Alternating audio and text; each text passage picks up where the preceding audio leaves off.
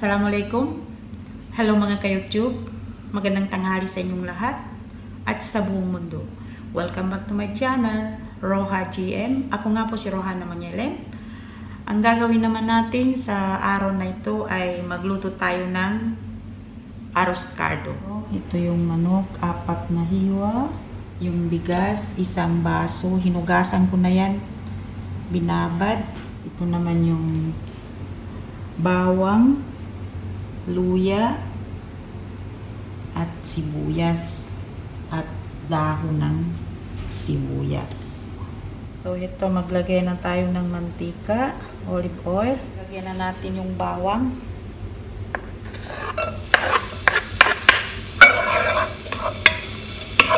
Lagyan naman natin yung luya.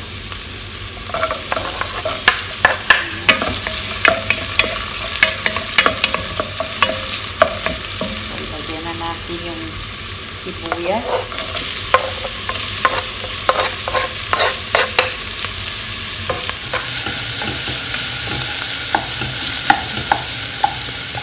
Ito, lagyan na natin yung manok.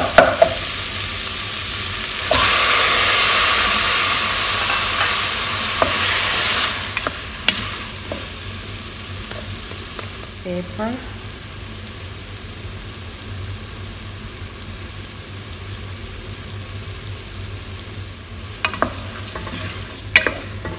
Haluin nang ma-absorb niya yung mga ingredients natin. Yung black pepper, mas gusto ko yung buo.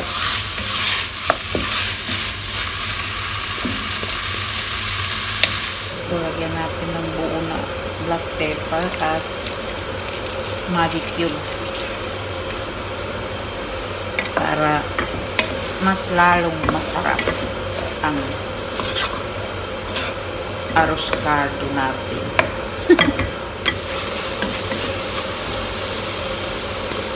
Takpan natin sandali. So, buksan naman natin.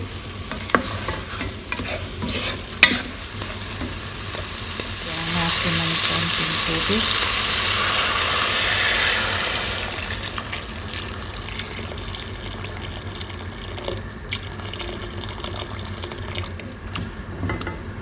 So, pakuluin muna natin ng mga 30 minutes.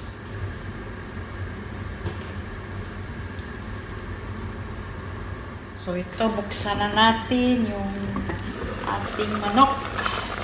Ito, okay na siya. So, ilagay na natin yung bigas na binabad. Sama ko na yung tubig. Dagdagan natin ng konting tubig.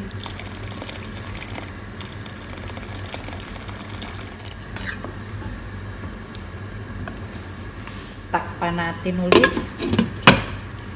At yung apoy ay mahina lang.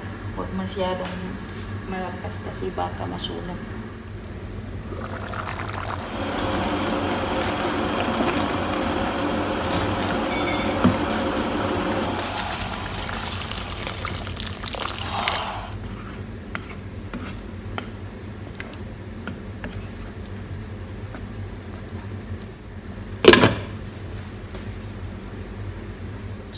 Natin ang ating arroz caldo. Natin ng konting asin kasi nilagyan na natin ng Maggi cubes kanina. Okay na ang ating arroz caldo.